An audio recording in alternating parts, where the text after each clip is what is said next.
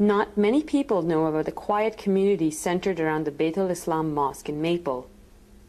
Known as Ahmadiyya Muslims, they are an Islamic sect with a relatively unique problem.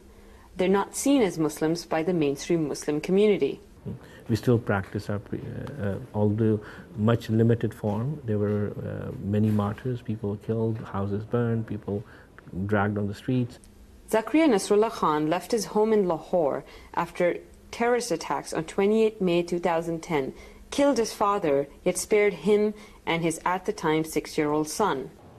You know what has happened to your father. It can happen to anyone, it can happen to you as well. Mend your ways. He was targeted by a gunman while driving his car and barely managed to escape. Took out his gun and I absolutely slammed on the brakes and, hit him on his, tried to hit his car with mine. Pakistan in particular is known for persecuting its Ahmadiyya Muslim population. In 1974, the government, again a political decision, which is now you can also see documented, is that constitution was changed and Ahmadis were declared non-Muslims. So Ahmadi Muslim, me as a Muslim, could not call myself a Muslim. They were considered, as constitution said, that I'm a non-Muslim. As a result, many have moved abroad in order to practice their faith safely.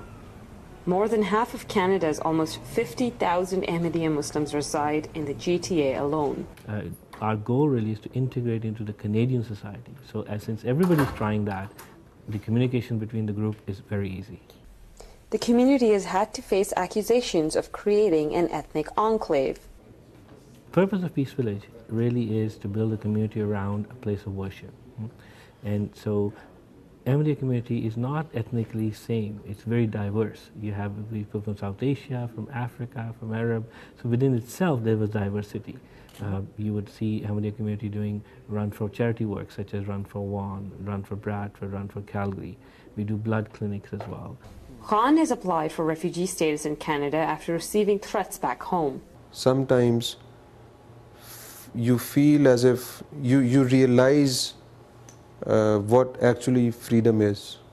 His son, now 8, still reacts to the memory of the day his grandfather died. Whenever it was windy or stormy or there was lightning or thunderstorms, he used to go into his room, cover his ears and he used to just, he sat there quietly, didn't budge. Entering Canada just 3 months ago, Khan hopes to give back to the country that allows him to be Muslim. Love the country you live in. I love Canada. He says he doesn't blame the terrorists who killed over 86 people that fateful day.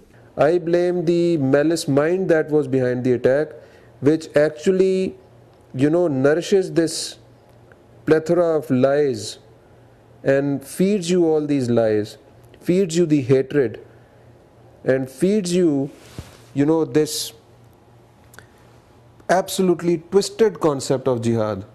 Miriam Shah for the Toronto Sun.